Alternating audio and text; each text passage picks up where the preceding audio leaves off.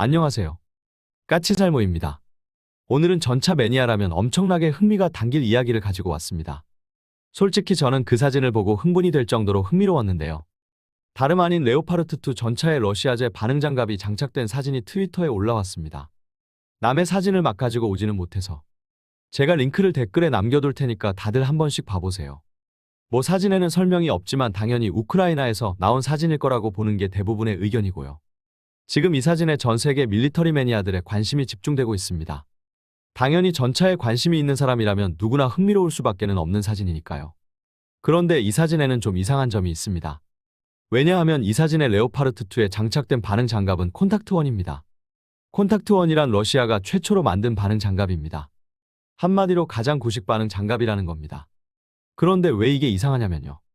이 콘탁트1은 날개 안정 철갑탄에 대한 방어 능력이 거의 없습니다. 이 반응 장갑은 거의 순수하게 성형장약탄에 대한 방어력만을 제공합니다. 문제는 레오파르트2의 전면 장갑은 성형장약탄에 대해서는 충분한 방어력이 있지만 날개 안정 철갑탄에는 방어력이 부족하다는 지적을 받아왔기 때문에 방어력을 강화하려면 철갑탄에 대한 방어력을 강화해야 하기 때문입니다. 레오파르트2가 방어력이 부족하다니 말도 안 된다라고 생각하실 분들이 있을 텐데요. 문제는 지금 우크라이나에 보내지는 레오파르트2는 대부분이 A6 이상의 모델이 아니라 구식인 A4 모델입니다. 레오파르트2 A4 모델은 레오파르트2 전차의 트레이드마크인 쇼트 장갑이 적용되지 않은 그냥 수직 장갑만을 가지고 있는 구식 모델입니다. 그래서 많은 전문가가 이 전차로는 러시아의 주력 전차를 상대하기에는 방어력이 부족하다고 지적했습니다. 그럼 레오파르트2 A4는 어느 정도의 방어력을 가지고 있기에 방어력이 부족하다는 지적을 받는 것일까요? 레오파르트2 전차는 세계 최초의 3세대 전차로서 태어날 때부터 복합장갑을 가지고 태어난 전차입니다. 그래서 사람들이 착각하는 게 방어력이 우수할 거라고 생각하는데요. 아닙니다. 특히 철갑탄에 대한 방어 능력이 상당히 떨어집니다. 아마 대부분의 사람들은 모를 텐데요. 원래 복합장갑이라는 건 철갑탄보다는 성형작약탄에 대한 방어력이 더 우수한 장갑입니다. 그래서 세계 최초의 3세대 전차였던 레오파르트2도 성형장약탄에 대해서는 아주 높은 방어력을 보이지만 철갑탄에 대해서는 상당히 낮은 방어력을 보입니다. 그래서 복합장갑의 발전은 거의 철갑탄에 대한 방어력 향상을 중심으로 이루어졌습니다. 물론 레오파르트2 A4 전차는 한 차례 방어력을 강화한 모델입니다. 1세대 복합장갑에는 세라믹 소재로 알루미늄 옥사이드가 들어갑니다. 우리나라 K1 전차의 복합장갑에도 알루미늄 옥사이드가 들어가죠. 그러나 레오파르트2 A4 모델은 2세대 복합장갑으로 개량을 한 모델입니다.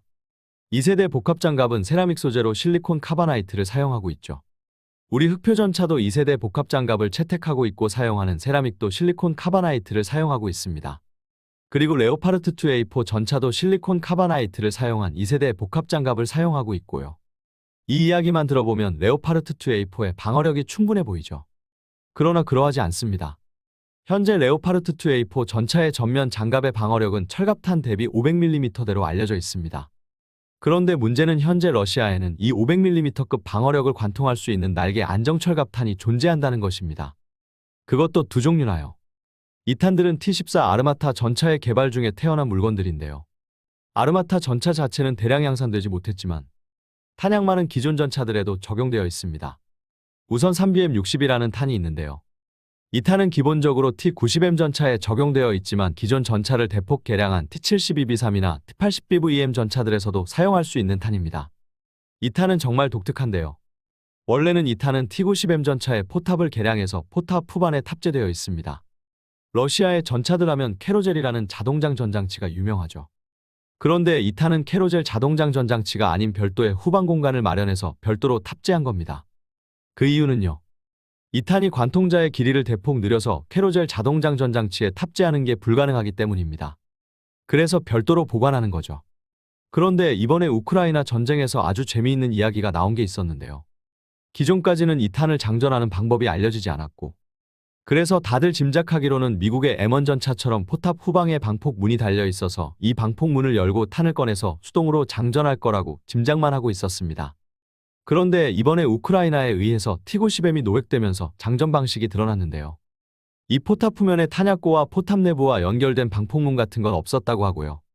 이 장소는 단순하게 탄을 보관하는 장소이고 2발에서 3발 정도의 탄을 이 보관 장소에서 꺼내서 포탑 내부에서 보관하다가 수동으로 장전해야 한다는 게 밝혀진 겁니다. 한마디로 실제로 한 번의 전투에서 사용할 수 있는 3BM60탄은 두세 발뿐이고 더 사용하려면 전차병이 포탑 밖으로 나가서 이 보관 장소에서 꺼내와야 한다는 겁니다. 그래서 이 탄을 사용하기 위한 효율은 극악으로 떨어지는 게 밝혀진 상태입니다. 그러나 문제는 이 탄은 러시아 측 주장에 따르면 900mm 이상의 관통력을 가지고 있고 서방권 전문가들도 900mm까지는 되지 않는다고 해도 최소 800mm 이상의 관통력은 가지고 있을 거라는 것에는 대부분의 의견이 일치합니다. 그러나 이 탄은 긴급탄 두세 발만을 포탑 내에 보관하다가 수동으로 장전해서 써야 해서 그 효율이 극악으로 떨어지는 건 분명합니다. 문제는 이 탄보다 더 골치 아픈 탄이 있다는 점입니다. 3BM44탄이라는 탄이 있습니다. 이 탄의 관통력은 대충 650mm급으로 알려져 있습니다. 단순하게 관통력만 보면 뭐 대단해 보이지 않죠. 문제는 이 탄이 관통력이 이 정도만 나오는 이유입니다. 이 탄에 적용된 기술 자체는 3BM60탄과 거의 같습니다. 다만 다른 점은 관통자의 길이가 더 짧다는 것입니다. 그래서 관통력도 떨어지는 것이고요. 그런데 문제는 길이가 짧은 이유가 기존 캐로젤 자동장전 장치에서도 운용하게 하기 위해서라는 게 문제인 겁니다. 한마디로 관통자의 길이가 너무 길어서 자동장전 장치에서 운용할 수 없던 3BM60탄에 비해서 이 녀석은 기존 자동장전 장치에서도 운용할 수 있는 겁니다. 거기다가 관통력이 650mm이므로 레오파르트2A4를 2000m 이상의 거리에서도 충분히 관통할 수 있다는 것이고요. 그래서 서방권에서는 레오파르트2A4 전차의 방어력 부족 문제가 오래전부터 제기되었고 실제로 우크라이나도 서방권 국가들에게 레오파르트2A5 이상의 전차를 요구했습니다. 그러나 현실은 서방권 국가들에서 제공되는 레오파르트2 전차 대부분은 A4형 전차라는 것입니다. 그래서 이번에 공개된 사진을 통해서 짐작할 수 있는 건 우크라이나에서 스스로 레오파르트2A4 전차의 방어력을 올리기 위한 준비를 하고 있다는 점입니다. 그런데 왜 하필 콘탁트1이냐는 게 많은 밀리터리 매니아들을 혼란스럽게 하고 있습니다. 참고로 콘탁트1에 대해서 설명하자면요. 콘탁트1은 러시아가 최초로 개발한 반응장갑입니다. 아니, 이 장갑을 개발할 때는 러시아가 아니라 소련이었죠. 이 장갑은 1985년경에 등장한 장갑입니다. 문제는 이 장갑은 구소련에서 최초로 등장한 반응장갑이기에 비활성이 아닌 말 그대로 폭발성 반응장갑으로 이스라엘이 세계 최초로 개발한 블레이저 장갑과 비슷한 장갑입니다. 참고로 현재 우리 흑표에 장착된 반응장갑은 비활성 반응장갑으로 크게 폭발하지는 않는 장갑이죠. 문제는 콘탁트1이 폭발성 반응장갑이라는 게 문제가 아니라 콘탁트1은 철갑탄에 대해서는 거의 효과가 없는 장갑입니다. 폭발로 성형작약탄의 메탈제트를 날려버리는 반응장갑이라 철갑탄에 대해서는 거의 효과가 없습니다. 실제로 이런 문제 때문에 구소련에서도 콘탁트1이 나오고 불과 3년 만에 콘탁트5가 나와서 우리나라에 수출된 T-80U 전차에도 적용되어 있었죠. 콘탁트5는 비활성 반응장갑으로 크게 폭발하지 않으며 이 콘탁트5가 우리나라 흑표에 장착된 비활성 반응장갑의 모태가 되기도 한 모델이죠. 그럼 콘탁트1은 콘탁트5가 나온 이후에는 아예 사용되지 않았느냐 하면 그건 아닙니다. 콘탁트1은 나름의 장점이 있는데요. 바로 무게가 가볍다는 게 장점입니다. 콘탁트5 이후의 반응장갑들은 단순하게 성형장약탄뿐만 아니라 철갑탄에 대한 방어력도 가지고 있고 그로 인해서 무게도 상당히 증가하게 됩니다. 그러나 콘탁트1은 철갑탄에 대한 방어력은 없는 대신에 무게는 가볍기 때문에 2성급 전차나 전차의 후면 등에 장착되는 용도로 그 후로도 사용되었습니다. 그런데 문제는 제가 앞에서 이야기한 것처럼 서방권 국가들이 많이 사용하는 복합장갑은 성형작약탄에 대해서는 아주 높은 방어력을 가지고 있었고 실제로 레오파르트2A4라도 전면장갑은 러시아의 코넷 대전차 미사일도 방어할 수 있을 것으로 여겨집니다. 한마디로 이미 성형장약탄에 대해서는 충분한 방어력을 가지고 있다는 겁니다. 더욱더 우크라이나는 이미 콘탁트5보다도 더 뛰어난 반응장갑을 자체 개발한 상태입니다. 이미 노즐라는 반응장갑과 듀플렉이라는 반응장갑도 개발한 상태이고 오래전부터 적용해왔습니다. 당연하지만 이 반응장갑들은 철갑탄에 대해서도 높은 방어력을 가지고 있습니다. 서로 우크라이나 내 반응장갑 생산 시설이 러시아의 공격에 의해서 파괴되었다고 해도 또 다른 방법도 있습니다. 바로 폴란드입니다. 폴란드에서도 ERAWA라는 반응장갑을 개발해서 자신들이 개발한 PT-91 전차에 장착하고 있으며 이 PT-91 전차는 이미 우크라이나에 많은 양이 공급되어 있는 상태죠. 그렇기에 우크라이나는 콘탁트1보다 훨씬 뛰어난 철갑탄에 대해서도 상당한 방어력이 있는 반응장갑을 얼마든지 구할 수 있는 상태인 겁니다.